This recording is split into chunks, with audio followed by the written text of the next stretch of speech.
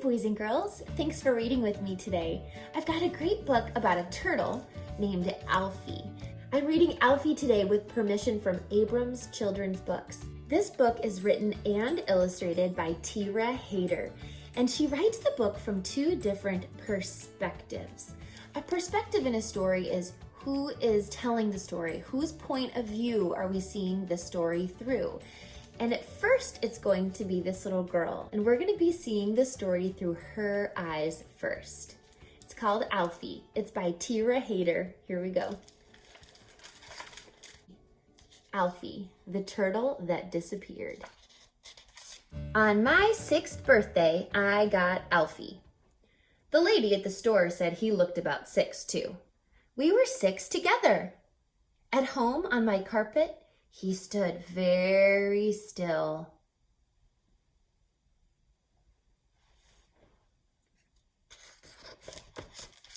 I introduced him to everyone.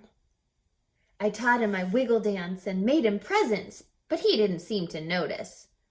I showed him my costumes and wrote him songs. Mostly, he stayed inside his shell.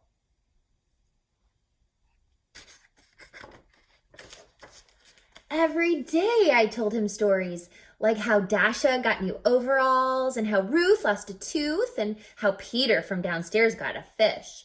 I even told him my best joke about the walrus wearing pants, but he didn't seem to get it.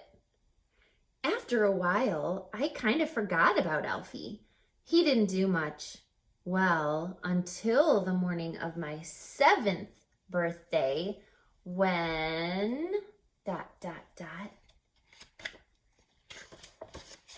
he disappeared.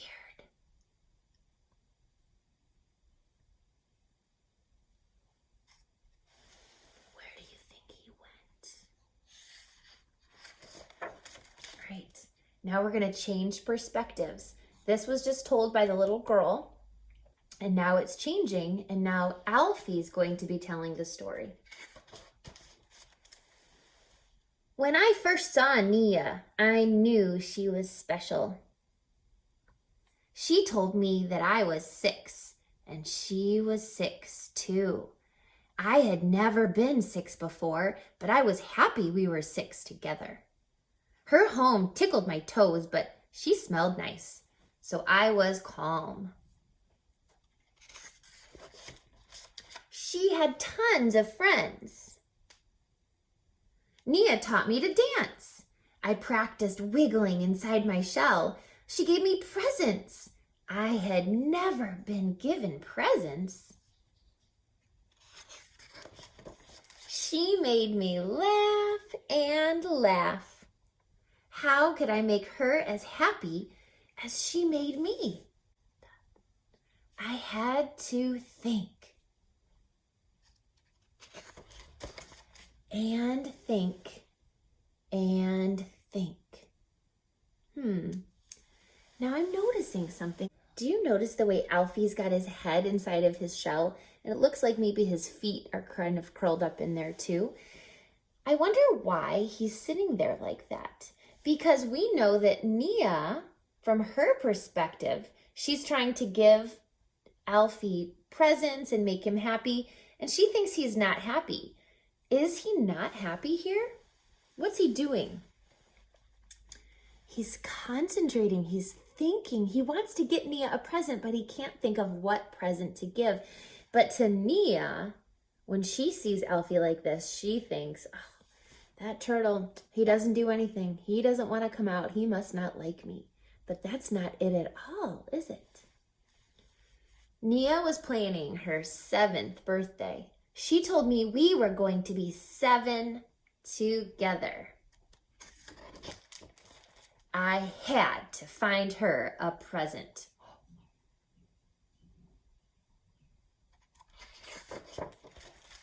There were some good options behind the couch, but they were too dusty. Oh, look, there's Nia. What do you think she's doing? I looked in all the corners and shadows and cracks and found some great places, but no great presents.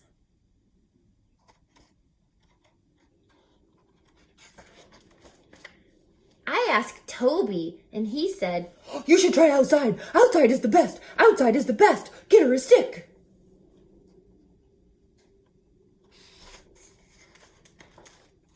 I had never been outside before. I climbed past stinky things and sweet things, but nothing as fun as Nia. I had to keep looking. Wow, there he is, way up there. He's got to get all the way down to the ground. Do you think he can do it? I had to take a risk.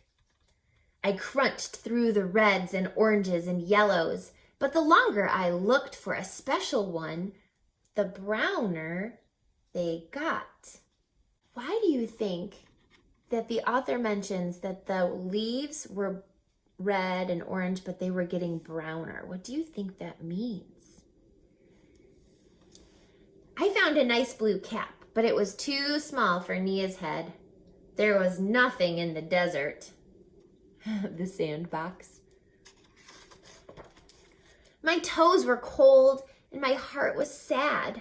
I would never find a present as special as my friend. The snail said all I needed was a good rest. He knew the perfect place for me to take a nap. "Just over those stones," he said. It's a pond. Now, take a look. We see Alfie come down and crunch through the leaves, and look at this jack-o'-lantern. What do you think is happening? Now we see the jack-o'-lantern that's rotting. The leaves are turning brown. It's raining here, but snowing here. What is she trying to tell us? Without having to say it in words, what is she telling the reader? The seasons are changing. It's getting winter. So I napped and napped and napped. Now winter is changing to spring. So time is passing. How much time is passing? When I woke up, I felt better. I asked the fish for help, and she showed me the things that had fallen to the bottom. And then I saw it. It was perfect. It looked just like something Nia would love.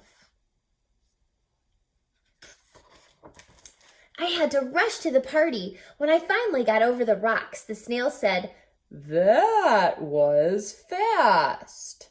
I was right on time. There she was.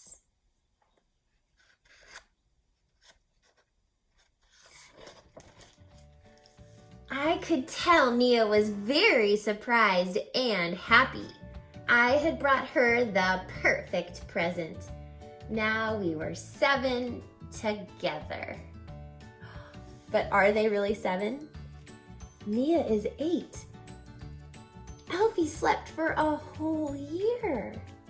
He woke up and she's celebrating her 8th birthday. Why do you think she's looking so surprised and happy? Is it because Alfie brought her a toy? Maybe that, but she's also excited and happy to see Alfie. All this time, she probably thought she'd lost him for good, and he finally reappears. Isn't that a great story, boys and girls? I love how Heder switches the perspectives. Really helps the reader get a good sense of these characters and what they're thinking and feeling. Boys and girls, I hope you have a great afternoon. Thank you for reading with me. I hope we read again soon.